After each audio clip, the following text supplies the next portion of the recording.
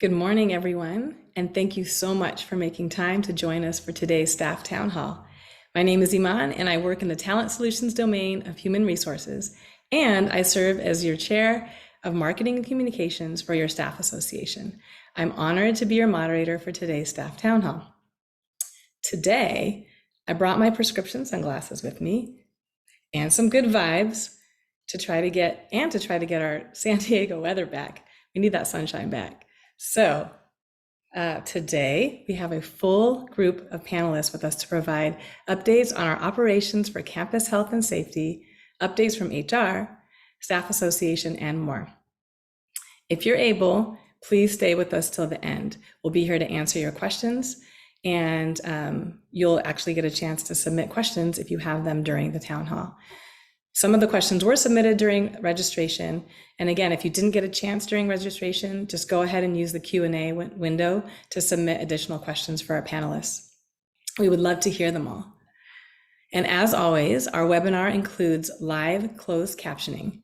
Click on the closed caption button at the bottom of the screen and select Show Subtitles. To start, we will hear from Dr. Robert Schooley, Professor of Medicine, and Dr. Stacy San Miguel, Interim Director of Student Health and Wellness. They will share important campus health and safety updates.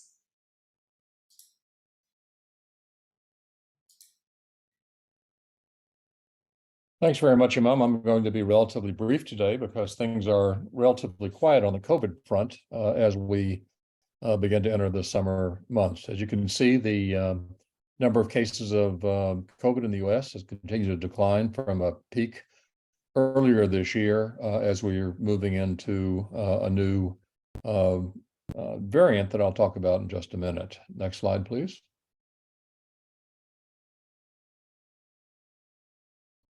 The quiet on the COVID front is really pretty much extended across the entire country, with most counties being considered at low risk by the CDC, including San Diego County. Next. These are the data from the Point Loma Wastewater Search Alliance SARS-CoV-2 RNA survey, and you can see again here that in blue, the amount of SARS-CoV-2 RNA, which is a very good predictor of cases to follow, is in a low range right now and has been for the last 4 to 6 weeks. Next slide. And you can see that the hospitalization rates in San Diego County shown in blue. Total hospitalization rates are down in the range of 100 to 150 copies, and the number of people in the ICU is actually quite low across San Diego County, only in the 10 to 15 range. And so what this reflects is that with these new strains of COVID that are circulating, particularly in the context of more immunity in the population from prior infection and from vaccination, we're having very few people be hospitalized. And when they are hospitalized, they're much less likely to get the intensive care unit than in the past. Next. Now, what we're beginning to see over the course of the last 6 weeks in the U.S. is the arrival of a new strain of COVID called XBB 1.16. The shorthand term for it that you'll be hearing more and more is Arcturus.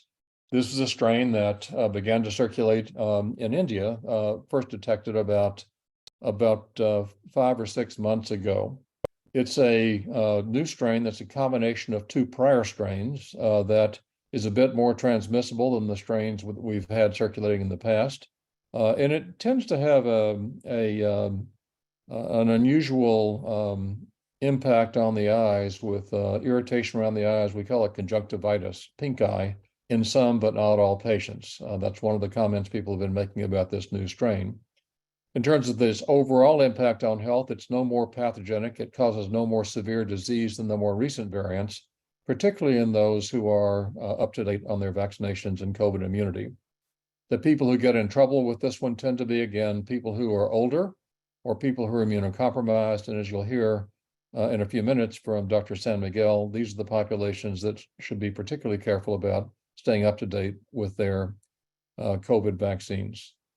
Next slide. I'm now going to turn this over to Dr. San Miguel, who will talk to you about the campus activity and about the vaccine situation. Thanks, Dr. Schooley. Good morning, everyone. As Dr. Schooley indicated, we are actually seeing really good trends in terms of we're no longer kind of looking at the positivity rates because we don't really know if our number of tests that are being done on campus are all being reported with the increased access to the rapid antigen testing. But overall, what we've been seeing is a decrease in the total number of cases in both students and employees, with the most recent data showing that we had 26 cases of COVID within the student population, and then 12 cases within the staff population. Next slide. So an update for the students, we continue to have campus isolation rooms in a hotel space reserved for high-risk immunocompromised students or those students that have roommates that are at high risk or immunocompromised. Most of the students, however, are isolating in place. During the summer session, we will no longer have access to campus isolation rooms off campus. There'll be a few spaces reserved in the undergraduate residential spaces.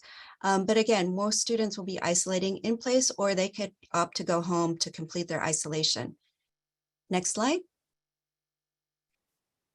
So a couple things, we'll be posting updates in terms of the campus guidelines for the symptom screener, for masking, for testing. But these are some things that we can share now. At this point, the daily symptom screening tool can be used only if you're symptomatic. If you're not feeling well or you have COVID-like symptoms, please get a test from one of the vending machines, or if you have any other option to testing, please use that. If you test positive with a rapid antigen test or from an outside source, please upload those positive rapid antigen tests through MyChart. Masking. So now masking is completely optional in non-healthcare settings. So there's no masking in the residential spaces, in classrooms, and transportation. However, we still are masking in the healthcare setting. So healthcare workers and healthcare providers are required to mask if they're providing face-to-face care with a patient, or if an individual requests masking. Patients will be required to mask if they have suspected infectious respiratory illness. So this includes COVID or tuberculosis or measles or something like that. Or if they have an immunocompromised condition, their healthcare providers will may have advised them to wear a mask during their healthcare visits. Next slide. For COVID-19 testing, again, vending machine testing, PCRs, and rapid antigen test kits are readily available throughout the campus for the rest of the spring quarter. Please test if you're not feeling well or if you have COVID-like symptoms. Make sure you wear a mask when you're around others until the symptoms resolve. If you have COVID, please upload your positive test results through MyChart and isolate, and make sure you wear masks if you're around any family members or people in your household. And then if you've been exposed to COVID-19, so we still have cases of COVID. If you're exposed, please get tested. We want you to get tested by day 5 after that exposure. In terms of isolation, of course, if you test positive, isolate, wear a mask around others. You can leave isolation after day 5 of isolation.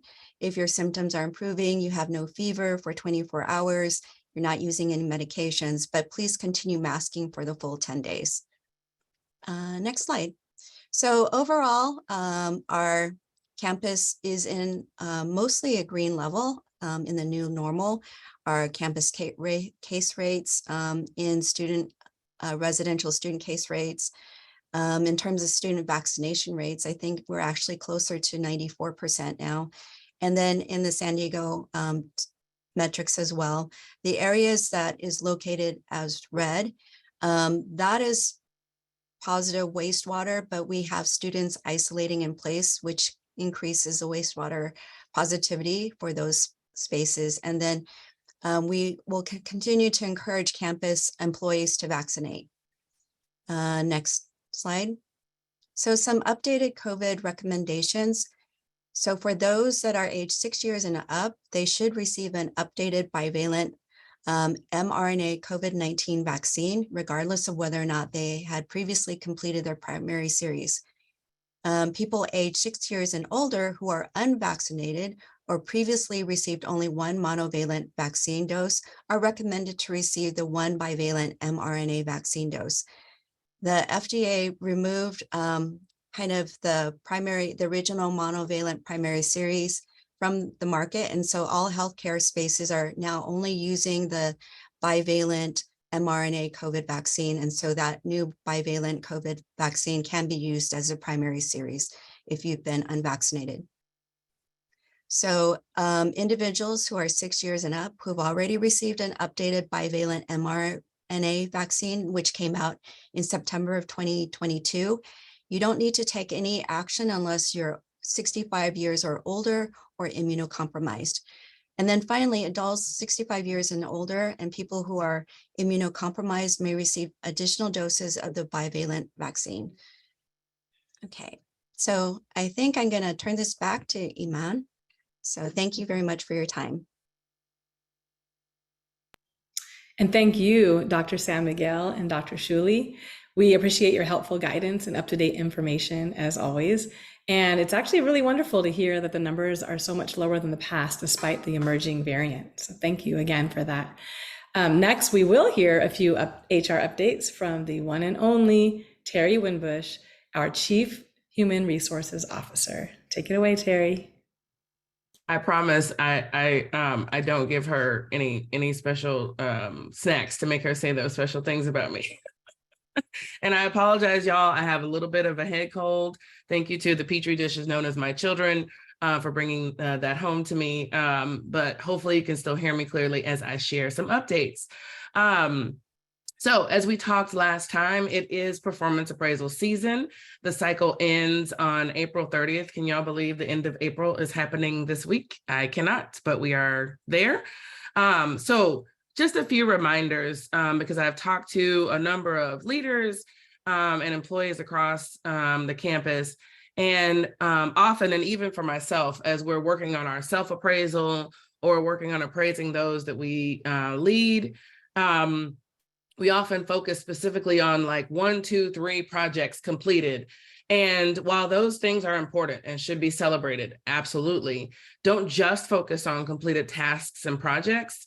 Make sure you're focusing on the impact and efforts towards the ultimate goals that your department has, towards goals that your unit might have, your team might have, goals for the larger UC San Diego campus, et cetera. Also discuss goals for growth, learning and stretch opportunities. Are you in the role that you want to be in forever? If so, that's wonderful. How can we make you the best at that role next year? If you're in a role and you see yourself growing to a different role, whether that's in the same series, whether that's in a different series, doing slightly different work, how can you learn from someone else, particularly in your department or across the campus, to help you be prepared for opportunities when they come up? Leaders, your employees are people. I know I shouldn't have to say that, but I'm going to say it because I feel like people need to hear it. Leaders, your employees are people. But employees, guess what? Your leaders are people too. They also have things going on in their worlds that will impact how they show up at work as well. None of you are perfect. Have open and honest discussions on how you can improve together and in support of the most important goals of the team, department, VC area, and the university. Talk to each other constructively. Don't turn it into a complaint or event session. Try and find ways to move forward, even if there are challenges that you are facing individually or together.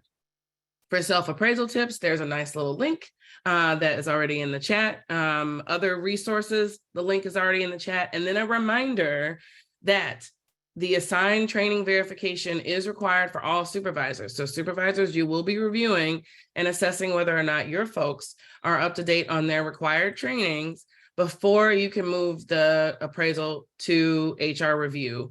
So at the time of your HR review, that's when the supervisor will be, or the supervisor moving into HR review, that's when you need to be up to date on your trainings. And like I told you last time, pro tip, just stay up to date on your trainings and you won't have a concern. All right, next slide.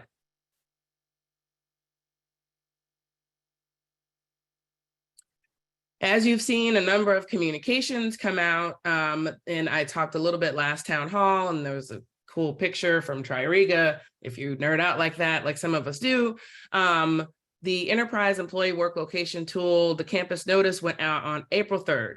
And we also distributed a Spanish version of that campus notice to VCHR contacts, so it can be posted in areas across the campus and given individually to employees who prefer to read important information in Spanish so that they have that access. All employees must check their status, okay? So if an employee logs into the tool and their location information looks correct, there's no further action required. I know that a number of you are all frustrated. What do I do? What do I do? There's no like, this is good button or validated or anything like that. So our technical folks are looking into validation enhancement for the future. But for now, if everything looks good, then there's nothing that needs to be done and you can log right back off. This tool does not replace the remote work agreement, nor is this a mechanism, or the hybrid work agreement, or any of them for that matter, nor is it a mechanism to request or change an existing work arrangement. If you look in there and you see something and you're like, I think instead I want to be a Tuesday, Wednesday person, then you need to talk to your supervisor, have that discussion, and then that can be properly documented and then updated in this tool. This is an ongoing requirement for whenever a work location is changed. So I know there's a lot of things going across the campus. There's a lot of construction. If people move around, including you need to update your work location in this Enterprise Employee Work Location tool. There are still additional information sessions for HR contacts and leaders to attend. There's one tomorrow, and then there's another one on Friday. And so the Zoom link is there for that, for those of you who haven't had a chance to go to those information sessions. Next slide. Now, for the exciting stuff. Y'all saw the campus notice that went out yesterday. Whoop, whoop. Salary increase for policy covered staff. So the planned salary increase for policy covered staff is a 4.6% general salary increase contingent upon allocation that is currently in the state budget. So what does that mean? So that means that as long as you are solid, satisfactory, or effective. So on the campus side, there are certain terms, and the health side, there are different terms. So we want to make sure to capture all the terms. You would be eligible, but based on other requirements that will go out in the coming weeks, to get a 4.6% general salary increase. Now, some of you always say, well, what about if I started on January 4th and the document says that it has to be January 3rd? Well, if you start on January 4th, then you wouldn't be eligible this year. But hopefully that means that when they were setting your salary, they took into account that there would likely be some salary increase that was upcoming in July. Additionally, you want to know whether or not this is merit-based, meaning would you get potentially a different increase if you got an E or an A? No. And so some people say, well, Terry, that doesn't seem fair. If I'm working so hard that I get an A or an E from my supervisor, why am I getting the same increase as everyone else? Well, there are other mechanisms to reward you for getting an E or an A related to STAR awards. Everybody shouldn't be getting a STAR award, only those who actually are achieving the things outlined in the STAR award program, for example. So more to come on that. And for those of you who are representing, you say, well, Terry, you said policy covered staff. What about me? Well, represented employees' pay increases are negotiated with the union and documented in the collective bargaining agreements in their wages or compensation articles. So if you are a represented employee and you want to know what your salary circumstances will be, you should review your collective bargaining agreement and or talk with your union rep, and you can get more information there. So more to come on the salary increase, but we were very excited that announcement came down from President Drake on the UC's salary program. More exciting news. Tomorrow is the 28th Annual Inclusive Excellence Award Ceremony. I'm getting very excited because it's going to be in person, and you can watch via Zoom, but I'm going to be there in person. It is tomorrow from 1:30 to 2:30 in Price Center Ballroom East. If you haven't registered and you plan on attending, whether you're attending in person or via Zoom, make sure to register using those links that have been put in the chat. And remember, this is a celebration of folks who celebrate cultural differences. They promote fairness in the workplace. They make UC San Diego a better place to work or learn.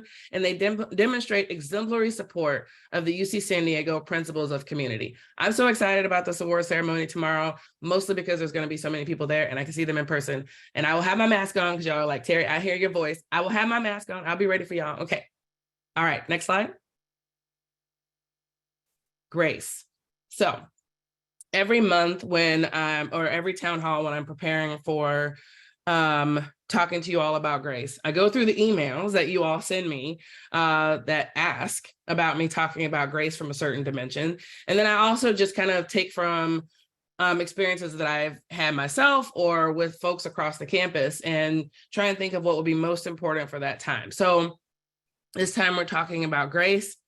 Find an accountability partner and not an echo chamber. Who are you showing up as at work? Are you known to be the happy and energetic person? I kind of am. Or are you known for being the grumpy naysayer? Some of y'all know who you are.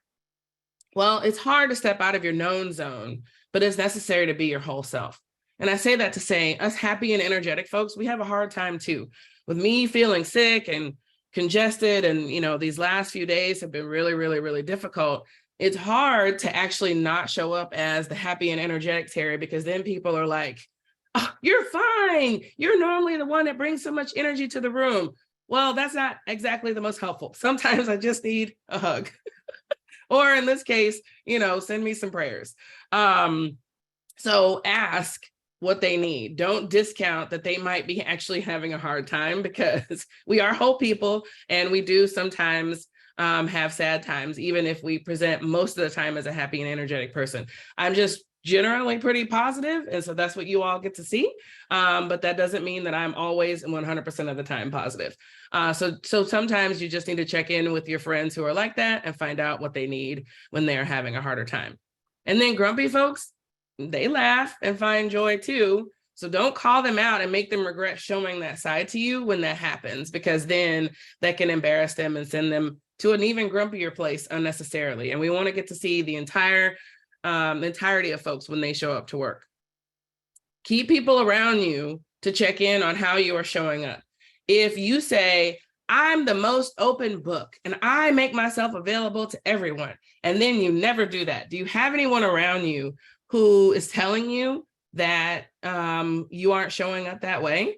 Or do you have people around you who tend to think exactly like you and never actually give you any of that constructive feedback? Because my friends, that's called an echo chamber, and that's not necessarily very helpful to you to grow as a person. So you actually want to make sure you have folks around you who can support you.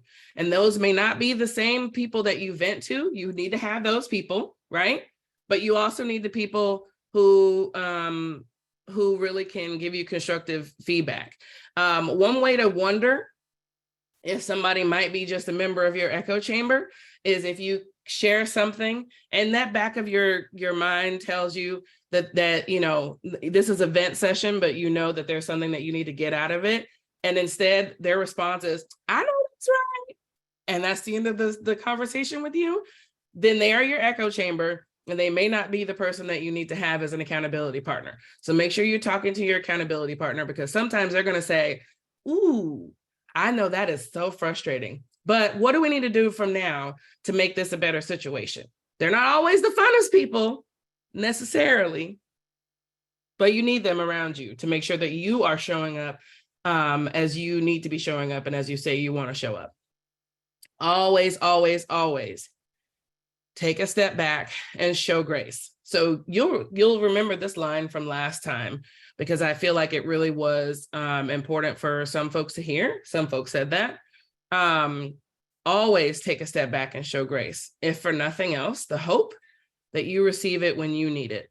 It matters most when it's the hardest to do it or to give it.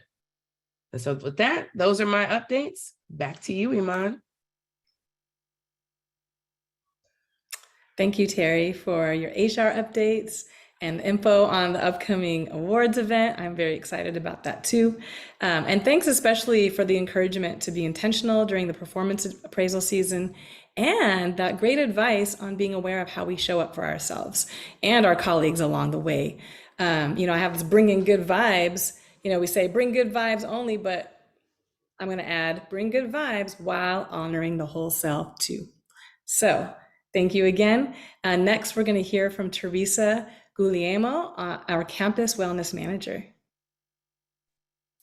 Hi, thank you, Iman. Good morning, everybody. So I have a quick update, but an exciting one. As Terry mentioned, we are very close to entering May. So we are going into our May month of movement. Hopefully you're all moving all the time, throughout the year anyway. But this is when UC Moves comes up. So this was previously called UC Walks. You may remember it as that, but we are now referring to it as UC Moves. This is a UC-wide challenge or program. So all of the other locations will also be taking part. So there is a little competition going on between campuses. Last year, we used the Walker Tracker platform. So you may be familiar with that, but this year, we are hosting it on the Summertime platform. So this is kind of exciting because the Summertime platform is all about reliving summertime, going back to like those childhood memories of summertime, and you earn fireflies as points. So it's kind of a cute way to track your activity and earn points. It is a 4-week challenge. It starts on May 1st. So registration is currently open. The challenge itself runs for 4 weeks from May 1st through the 28th. And you may have already heard about it through your department's wellness ambassador if you do have one.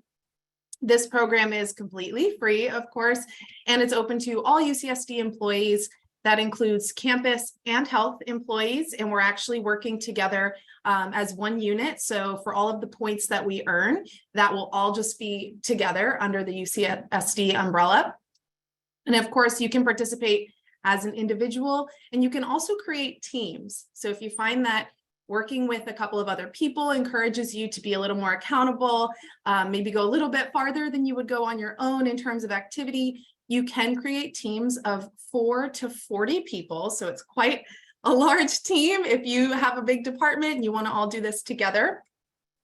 There will be weekly raffles of some pretty cool prizes, including Fitbits, beach kits, and relaxation kits. And those will be sent directly to you if you do win the raffle. And we have, to support the activity, we do have in-person and virtual movement sessions throughout the entire month. So they do actually go through, I want to say the 31st, but definitely through the 30th.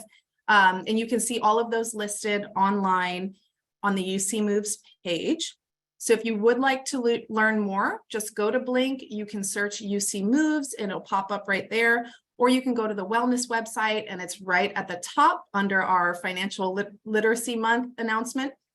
And then you can register at ucmoves.summertimechallenge.com. This is app-based, so you will need to download the app. But again, the information on the UC Moves page has all of that info for you. So you can find out exactly how to register, how to download the app. And then they also will be hosting an information session for participants. So that way you'll have a little bit more understanding of exactly what the challenge entails. So I hope to see you all in the UC Moves challenge this year. And of course, myself and Brenna Joyce from Health will be hosting those in-person and virtual events. So hopefully I will see you all there. All right. Thank you so much. Back to you, Iman. All right. Thank you, Teresa. I actually really love that UC Moves is here again, and I didn't know it was rebranded, so that's awesome. I actually just found a UC Walks t-shirt and bandana this past weekend when I was doing some spring cleaning. So that's exciting. I'm definitely signing up. I'm gonna, I would love to be on a team or form a team, so can't wait for that. Next, we have even more exciting updates from Desiree Hennon and Justin Glover from our staff association. And we have some extra special shout outs today. Hi, everyone. Happy to be here again with you. So next slide, please. First announcement is we have some elections coming up. So every every year we have elections for our functional chair positions, and they rotate. They're on 2-year basis. So these 4 that are listed here on the screen are the ones that are going to be coming up for election. We will have elections next month, as the slide says, in May. So that's coming very soon. The chair positions that are going to be coming up for election are ambassador chair, marketing and communications chair, the basic needs chair, and staff education and development chair. For sake of time, I'm not going to go over all the details of all these positions, but we will be sending out more information via our email newsletter that we send out, as well as, of course, always on our social media and on our web pages. Our webpage is staffassociation.ucsd.edu. So watch for the next week or 2. Those will be popping up. And if you are interested in running for some of these positions, you can either nominate yourself, or if you know somebody that you think would be great in one of these roles, you can nominate them as well. We, of course, will always double check with somebody that's nominated by somebody else to make sure that they accept the nomination, they actually want to run for the position. So ideally, if you think somebody will be great for it, check in with them first before you nominate them so they're not super surprised. But we're very excited to bring on some new people into our functional chair positions. And some of our people will likely be running again. You can take these positions for up to 6-year periods. So you can do 3 cycles. And as I noted, each cycle is for 2 years. So watch all of our social media and email information for more information on that to come. Next slide. Hooray, Triton Treats. So as you heard Terry mention, we do have the Inclusive Excellence Awards on campus. But if you're planning to go to that starts at 1:30. Triton Treats starts at 1 o'clock. So you can swing by Triton Treats, grab your pretzels and your root beer, and then head over to the Inclusive Excellence Awards. As always, we do see that we do have some high activity at Triton Treats, especially recently. We have been selling, quote unquote, because we don't sell them, but we are running out of supplies earlier rather than later. So if you really, really want some pretzels and some root beer, make sure you come earlier rather than the very end of the event. But it is from 1 to 2 p.m. tomorrow. And location says to be determined, but we do have a location, and we've sent that out via our social media. But we are going to be on what's affectionately called the Hump on campus, which is a grassy kind of knoll area right between main gym and right outside Women's Center and LGBT Resource Center. And we picked that location specifically because the Women's Center tomorrow is also going to be doing an event. It's called Denim Days. They want you to wear denim and come by the Women's Center, and they're going to do a photo op and some different activities in the Women's Center as well. And that's from 12 to 1. So Women's Center 12 to 1, and then pop outside for some pretzels and root beer, and then head over to the Inclusive Excellence Awards. Next slide. And next month, we're super excited for Triton Treats because we're going to be partnering with the Craft Center to do crafting events. Very excited about it. I can't remember who came up with the idea, but all of us were like, yes, this is great. So it'll be on May 18th from noon to 1. And you can see that there's a link there that says register here. So you are going to have to register this event because obviously, since they're facilitating us doing crafts, there's limited spaces. We do have different periods blocked off where I think each craft takes 15 to 20 minutes. So there'll be several sessions within each craft, and you'll kind of rotate between stations. You can do all the crafts, or if you pick just one that you want to do, that works. So you definitely want to register ahead of time for that. We probably will have space for some walk-ins day of, but I wouldn't bet on it. If you're really interested in doing this event, come and register first. And then we will have treats along with that. So Tahini, which is a new food vendor on campus over in Sixth College at the Torrey Pines Living Learning Center, they're going to be providing some treats for us to have in between our crafting sessions. So we're very excited to partner with them as one of our new food vendors on campus. And then I have one little announcement to go along with that. Our craft center people were supposed to be here on the staff town hall today, and they were not able to make it last minute. So they wanted us to add their announcement about their open house. So that's coming up next month. The Craft Center is having a spring open house and craft fair on May 5th from 5 to 8 p.m. And then on Saturday, May 6th from 11 a.m. to 2 p.m. Everyone's invited. Don't have to set anything ahead of time. Just swing by. You can see art that people have made there. You can see what kind of classes and offerings the Craft Center has. Annika, who's the manager of the Craft Center, is great, and she puts together some really awesome things there. Really good for, picking up a new hobby or reducing your stress, doing something interesting. You can also contact the Craft Center and coordinate maybe doing a team or group thing along with some of those crafts. But they have lots of cool space, and their whole space is completely brand new because it's part of the Living and Learning community, Torrey Pines. So go by and see them on their open house, either Friday evening or Saturday during the day. There'll be lots of arts on exhibit and art for sale, plus low or no cost art making as well. And then I'm going to pass it now on to Justin to do some shines and shout outs. All right. Thank you, Desiree. So this month, the UCSD Staff Association looks to shine lights on those who made it a point to recognize a number of their colleagues by submitting multiple shines and shout outs. So we're shining a light on the shouters this time. These individuals focus on the work ethic, the creativity, the community building, and more ways that their coworkers bring their own special contributions and personalities to UC San Diego. So we want to shout out Emily Dayton, the Assistant Director of Graduate Admissions at Rady School of Management, for shouting out so many of her colleagues. Shout out to Rachel Wellish, Director of Student Affairs in the Computer Science Engineering Department, again, for shouting out so many of their colleagues in the work that they do with students. Shout out to Jamie Gonzalez, the Chief Administrative Officer in the History Department. The Staff Association aims to unlock the authentic narratives of our dynamic staff. To that end, we have invited UC San Diego staff to share a shout out of a colleague or shine a light on their own special work. So to submit a shine or shout out, visit staffassociation.ucsd.edu and look for the link. We put these shines and shout outs on our social media.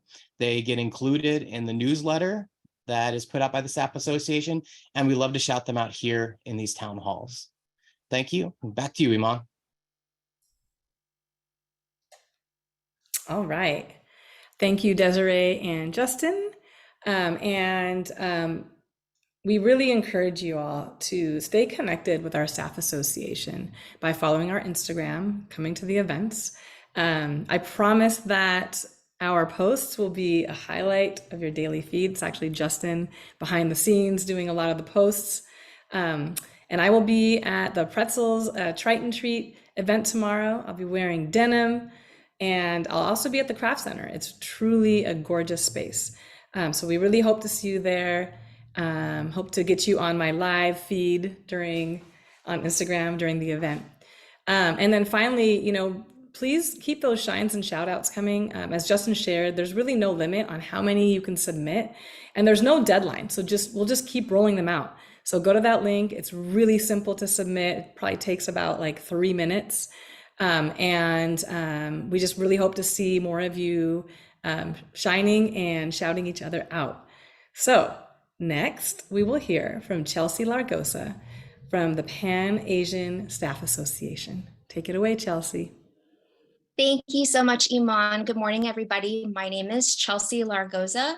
I currently work at the Jacobs School of Engineering, but today I'm here as the co-chair of the Pan Asian Staff Association, a little better known as PASA. So next slide, Amy. Thank you so much. So PASA is one of the staff affiliate groups within the Staff Association.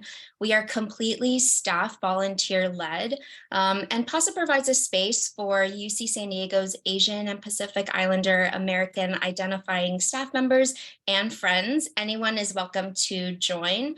And so if any of these photos, stand out to you and you might think, I totally want to be there. On the next slide, we invite you to join PASA. We have reopened our paid sustained membership. We collect $20 annually in dues or more if your heart so desires. And as a sustained member, you get some great benefits. You are added to our email listserv where we share campus and community events, career opportunities, knowledge sharing. We're like our own little KBA. It's a great group of folks who have been on campus, for 30 years and folks who have been on campus, for 1 year. You get first priority access to PASA hosted events. They could be professional development, wellness, social events, and we do have members only events for paid members. And most of all, you get to join a community of like-minded people who love to support one another, and most of all, who love to have fun. And so speaking of fun, on the next slide, we're very excited to invite all of you to our 17th annual Asian and Pacific Islander American Heritage Celebration and Scholarship Awards. It's going to be in just a couple weeks, Wednesday, May 10. And so on the next slide, we have a bit more information about our event. So Wednesday, May 10, 11 a.m. to 1 p.m. at PC West Ballroom. We're very excited to welcome our keynote speaker, Manny Crisostomo, who's a Chamorro Pulitzer Prize winning photojournalist. As always, we have great entertainment. Chaotix is a student K-pop dance team, and we have some off-campus guests coming as well, the Huapala Polynesian dancers, and we're very excited to have a special Chamorro blessing by Imagen Tautautano. We'll be presenting our Student Essay Contest Award winners, as well as our APIA Service Award winners. And so if you'd like to join us, table sponsorships and individual tickets are now available. All you have to do is send a message to the email on the screen. Individual tickets are limited, so if you're interested in coming, please check with your department first to see if they'll be sponsoring a table. However, if you are a sustained member of PASA, you'll get first access to our individual tickets, as we do have a few tables reserved for our PASA members. 100% of proceeds will support student scholarships and future programming. If you've been to any PASA events in the past, you'll know that we always have good food and good prizes, and that will definitely be the case at our event. So we hope to see you all there. So on the next slide, this event is just a kickoff to a full calendar of events that we have going on in May to celebrate our Heritage Month. So just to give you an idea of some of the events we'll be having, 3 of our student organizations have collaborated to present the Identity Film Festival. They'll be showing 1 film every Wednesday night in May, including the Best Picture, Everything Everywhere All at Once. We have an event happening at the Craft Center that you heard about earlier. And the bookstore is hosting UCSD alumni Serena Dalan to launch her new book that's coming out. And PASA will be closing out the month with our happy hour at Harlan Brewing at One Paseo in Del Mar. And so we have a full calendar month of events, and we hope to see you at one or all or anything in between. And so just to recap on the next slide, we invite you to join PASA. We would love to have you as part of the PASA fam. And if you are interested in coming on May 10, please feel free to scan the QR code on your screen. That'll take you to our link tree that has all of the links you need to join PASA, to the APIA website, and to get all the information you need to connect with us. And we hope to see all of you there. Thank you very much. I'll pass it back to Iman. All right. Thank you, Chelsea, for sharing those PASA details and updates and upcoming events. Hope to see you at one of them. Okay, so now it is time to answer all of your questions. We do have a little extra time for questions, so if you haven't asked one that you wanted to, go ahead and put it in the Q&A, and we'll try to get to that. So the first one is for Dr. Shuli. Are rapid antigen tests able to detect the, I'm probably going to pronounce it wrong, Arcturus strain? And are boosters as effective against this new strain? The rapid antigen tests do pick up the new strains. They may not be quite as good about it as some of the older strains. We have noticed as well that sometimes the rapid antigen tests are negative when symptoms first develop, and you may need to repeat it the next day to pick up a positive test as the illness evolves. As to the vaccine, the vaccines are also effective against the newer variants. They are most effective in preventing serious disease, including hospitalization and death. They're not as good in general in preventing infection, we still have a number of mild infections, asymptomatic infections, infections with mild symptoms. And vaccines are not as good at preventing those, but they really are very good at keeping people out of the hospital, particularly people who are at higher risk. And that applies to all the strains that we've seen so far.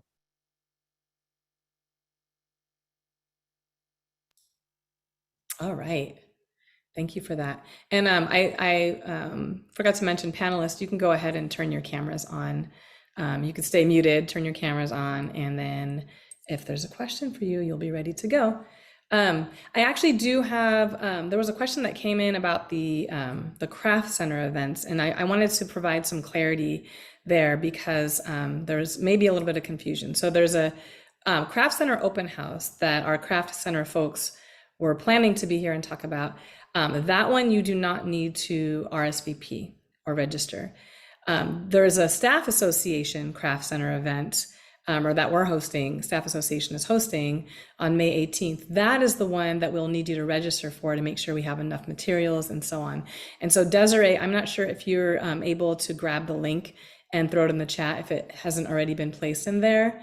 But I just wanted to make sure that was clarified because I think we said two things on that. So, the next question is going to actually go to Terry. Surprise, surprise, Terry. Question for you. Ready? Do we still need to do the daily symptom screener? Oh, isn't that the question? Stacy, Chip, and I get to be on a meeting that once upon a time was every single week and now has a little less frequent of a cadence to match with what's happening with what you see across the country and the world with COVID. But that is, there's more to come on how we will be using the symptom screener very soon. So it will still exist. I know y'all have been just waiting for it to go all the way away in your lives. It will not go all the way away. But in the near future, somewhere around the May 11th mark, y'all know that date from other announcements from the government, we'll be sending out communications on what the sort of new normal, we need a different phrase because now it feels like it's just like new, I don't know, new phrase. What our world will be as of that date.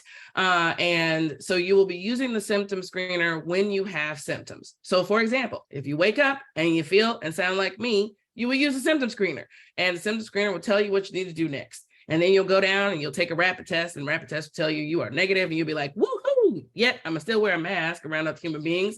So I don't want to share my cold virus with anybody, even though my children keep wanting to come up and hug me, but I guess they feel fine because they gave it to me. Anyways, so the symptom screener will still exist, but we will not be using it on I know all of y'all, every single one of you who are watching are absolutely using the symptom screen every single day. I know you're not. I know you're not. Because I just know. I know all the things, y'all, okay? But in the future, you will only use it when you're actually trying to document symptoms.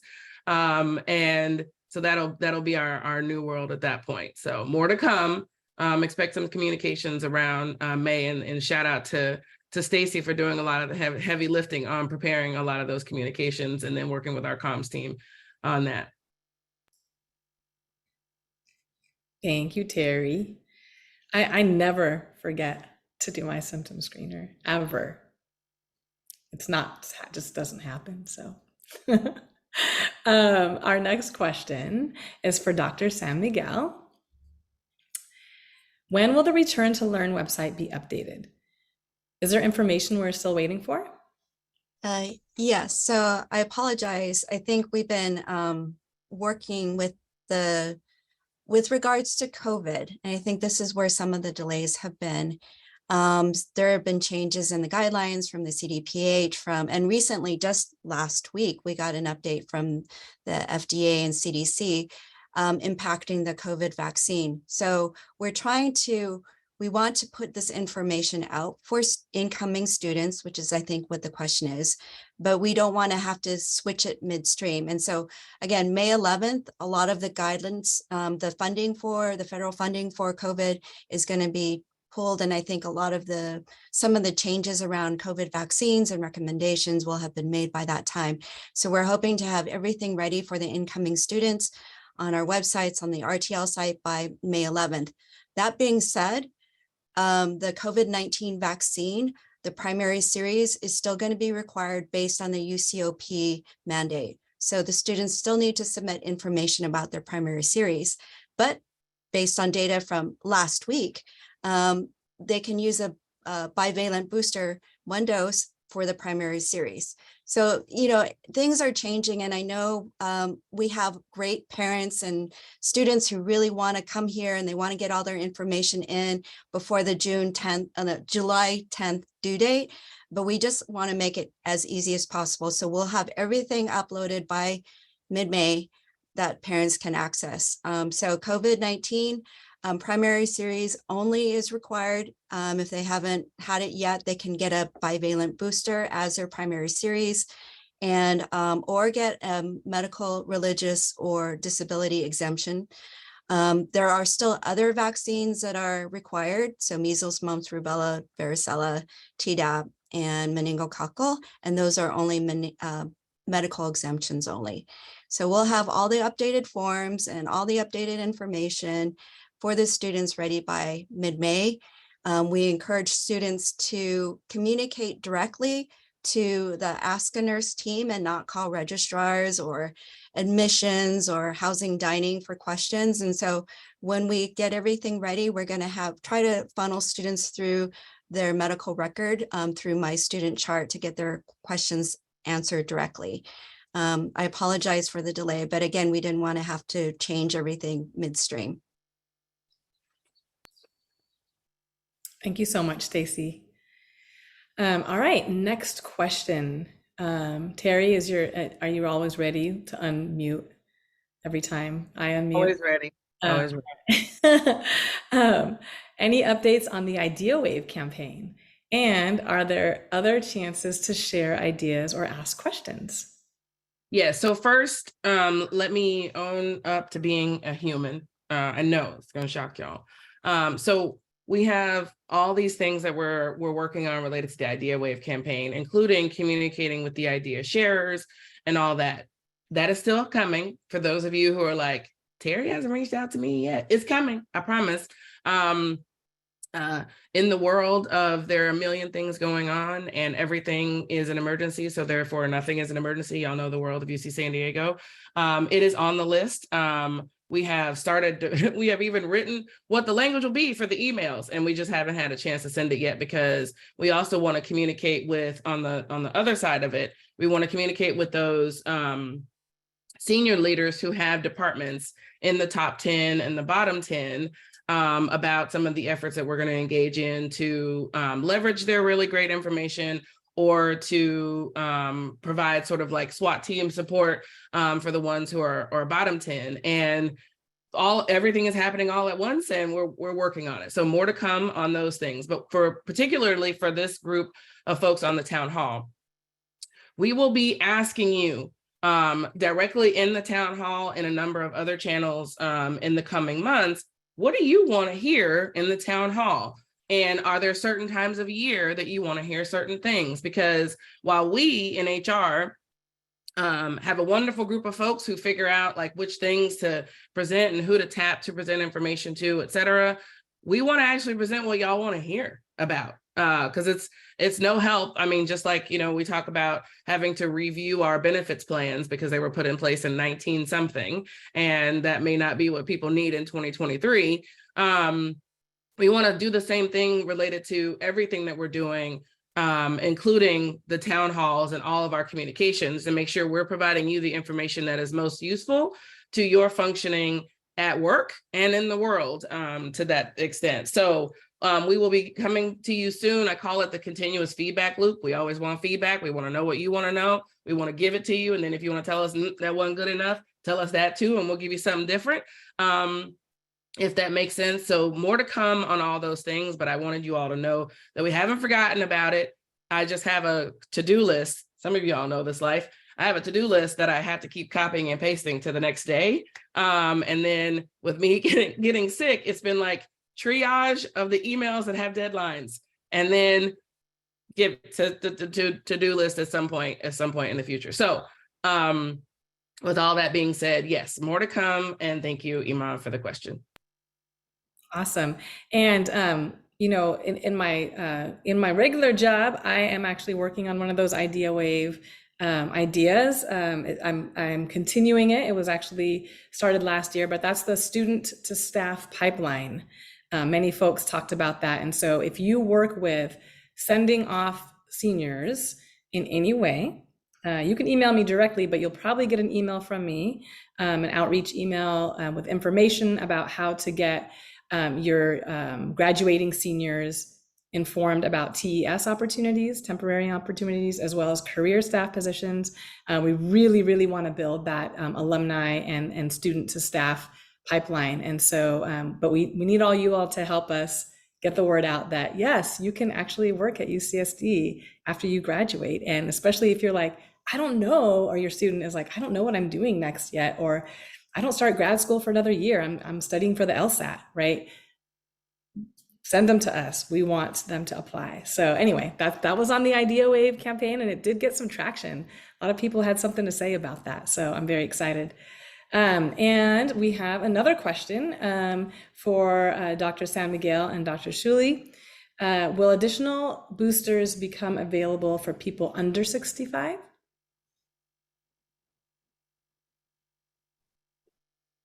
The current plan is that we will likely see over the course of the summer an announcement that kind of yearly vaccination will be the norm for this virus, like for influenza. A lot of that is contingent on data that are being generated now. You remember the last booster was just given in the fall, and what we're following is how soon after that booster was received that we begin to see waning immunity and return of new infection. It'll also be dependent to some extent on what happens with the evolution of new viral variants. But the current trajectory suggests that this kind of yearly cadence of vaccinations, at least for a while, will be the best way to stay out of trouble. Again, particularly for those who are in the crosshairs of the virus because of age or because of immunosuppression or immunodeficiency.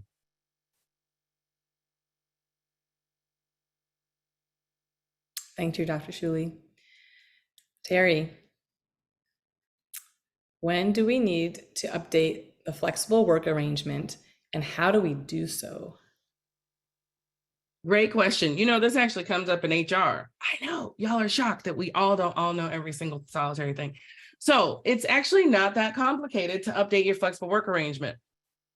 So it depends on, is this a one-off? If it's a one-off, you should be able to communicate with your supervisor and engage in whatever the one-off is. Like, hey, I know I normally come in on Monday, Tuesday, Wednesday. This week, can I shift to Tuesday, Wednesday, Thursday because we're having so-and-so thing on Thursday instead? Supervisor says yes. That's the end of the communication, and we're done. If it's actually an entire shift, meaning you no longer want to do Monday, Tuesday, Wednesday, it actually makes more sense for you and for your team and your department that you are a Tuesday, Wednesday, Thursdayer. All you have to do, you don't have to go back to the whole DocuSign and go through the whole thing. That is an email communication from you to your supervisor and or your supervisor directly to your HR contact saying this is the updated information. The HR contact can then update your personnel file, and that's the end of the day, period. It's an email. I know. You're like, what? Something easy in my life? We're trying our best. So yes. Now, if you're moving from a hybrid work arrangement to a remote work agreement, right? That's when you'll need a whole new agreement. So if you're going from more like at least once per week, which then is a hybrid work arrangement, to less than once per week, or even less than that, indicating a remote work agreement, then you need to go through the proper channels to have a remote work agreement signed, or vice versa. Or if you're going to be on site every day, but you're going to have an alternate work schedule, and you previously had a hybrid work agreement or remote work agreement, then you'll want to do a whole new agreement. So only if it implicates a different type of agreement, as opposed to a different day or time arrangement within the current type of agreement. I'm sure that was the most complicated answer you could probably get. But the easiest answer is to work with your department HR contact, and we can help advise them if they need to have more questions. Thank you, Terry. Okay, Dr. San Miguel, how long will the testing vending machines be available? It's a great question. Well, so I think we're making the decisions, like Terry said, we have been meeting, trying to make these decisions. I know for sure that we'll have the vending machines through spring and through summer and probably through fall. But how to utilize those vending machines, I think, will they include both PCR and rapid antigen tests? That's one of the questions that still needs to be answered. And so I'm working, I know for sure we'll probably have we'll have PCR and rapid antigen tests available through the spring. Probably in the summer, we'll definitely have rapid antigen tests, but I'm not sure if we're going to be having the PCR tests. We're still kind of working things out with our partners on campus. And I'm also working with the Excite Lab for something potentially to use have PCR testing, maybe in a little bit different format for fall and winter, but that's still to be determined. Lots of transitions right now. Yeah, awesome. Thank you so much. And just in case y'all aren't looking at the chat, links that are associated with some of the questions that have been answered are being posted in the chat, so check it out. The next question we have is for you, Dr. Shuley. Are there circumstances where you would think masking might be a good idea? Maybe when traveling or... I think if you are someone who is going to be living around and in and out of the house with people who are vulnerable for the reasons we've talked about already, particularly if you've been exposed, it's a good idea to try to help protect them. Traveling, there are a lot of viruses floating around, and a lot of a decision about whether to mask when you're traveling is a personal decision at this point. I will often throw on a mask when I'm kind of hanging around the airport with no ventilation and 1,000 people around me, trying to get onto the loading ramp. But I'm not as assiduous as I was, that I have to admit, when I'm on the plane and traveling with the better ventilation. Some of it will change as we see viral activity wax and wane in the community. Right now, we're at a relatively low level, and again, I think people who are healthy and vaccinated up don't need to mask quite as much as they used to.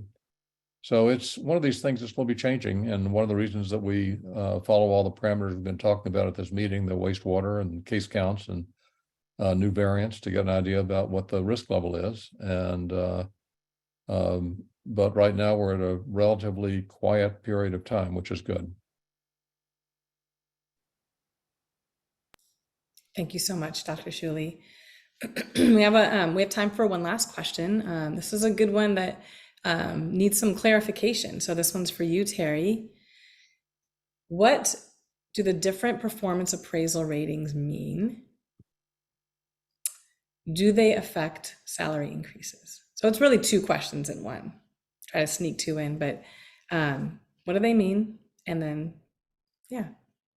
So for those of you who are leaders, and honestly, for all of you who access SPA, I know SPA sounds weird because it's staff performance appraisal. You do not feel like you're going to the spa when you're doing this, though. So I'm owning that. Okay, so that's number one. Number two, when you go into SPA, yes, good vibes. Thank you. Thank you, Iman. When you go into SPA, you can actually click on the rating for the full rating criteria, so you know what those ratings mean.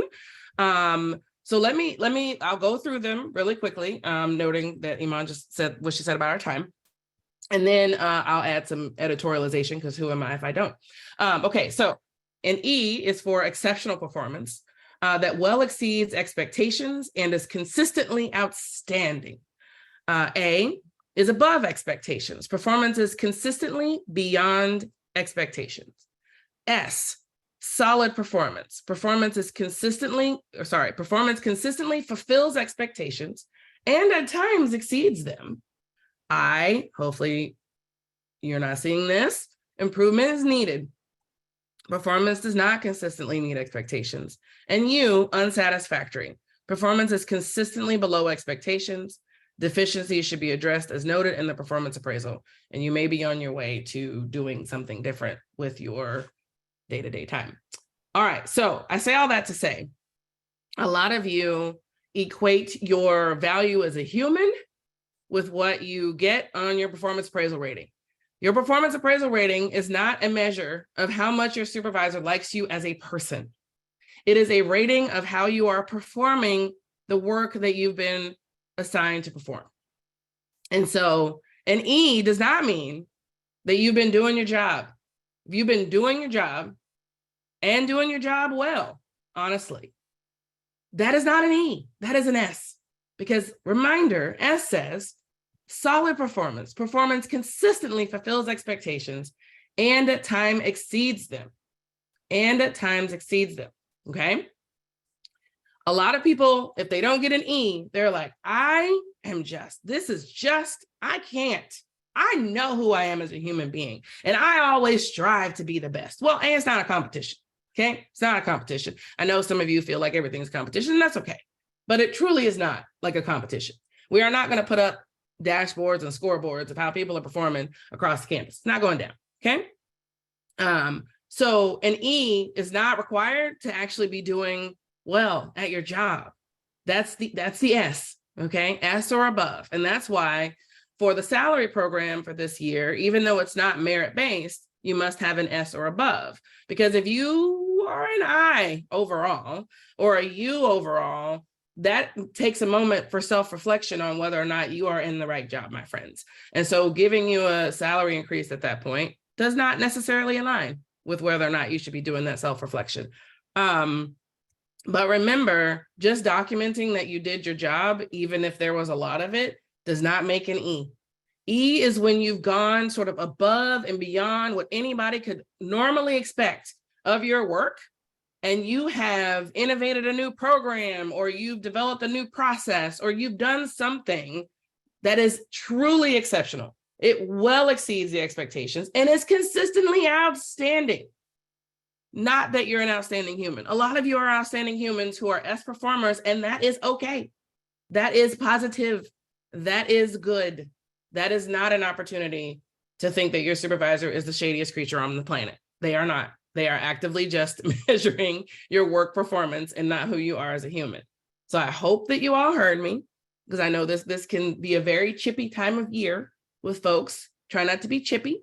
Try to be open to feedback from each other. Leaders, I said from each other, because your employees should be talking to you about how you're doing as a leader as well. And then again, I'll repeat what I said earlier, check on each other as humans, human beings who are having to come and show up and be successful every day, because it's a lot. So hope that answered it, Iman. I really think it did. And I think, most of us were raised on that, that 4-point grading scale, with the F at the bottom and the A, and so it's very natural for our brains to associate our performance appraisal ratings in that, right? So like solid being like a C, which is not the case, right? So I really appreciate the clarity. There is a link in the chat if you want to read more about how those performance appraisal ratings go down. And in the end, I've seen it a lot where people will, exchange their self-care and wellness for striving to get that E on the performance appraisal, when really you don't need to be doing that, because if you're doing solid work, enjoy your life outside of work. So thank you. That was all the time that we have for today. I want to thank all of you for tuning in and showing up today, for your questions, and also reminding you that we always record these. The recording will be posted on the staff town hall Blink page, as well as the past ones, and as well as the information about the upcoming ones. So you don't have to memorize this. It's all on the website, but in case you're wondering, the next staff town hall will be on June 8th at 2:30 p.m. And then on July 25th at 10:30 a.m. Those are the next two that we have set. And registration links will be available. And again, along with those recordings of the past town halls. So, and I believe Paul is putting those in the chat. Finally, I'd like to thank our presenters and guests for sharing their time and valuable information with us. I'd also like to thank all of you, the wonderful staff of UC San Diego, who we'll all be seeing tomorrow at Triton Treats. Sorry about that. My screen went to sleep. I'm not asleep. So again, hope to see you tomorrow. Thank you for attending this town hall and working together as a collective campus community. Enjoy the rest of your day. Enjoy spring and summer. It's here. It's just hiding behind the clouds.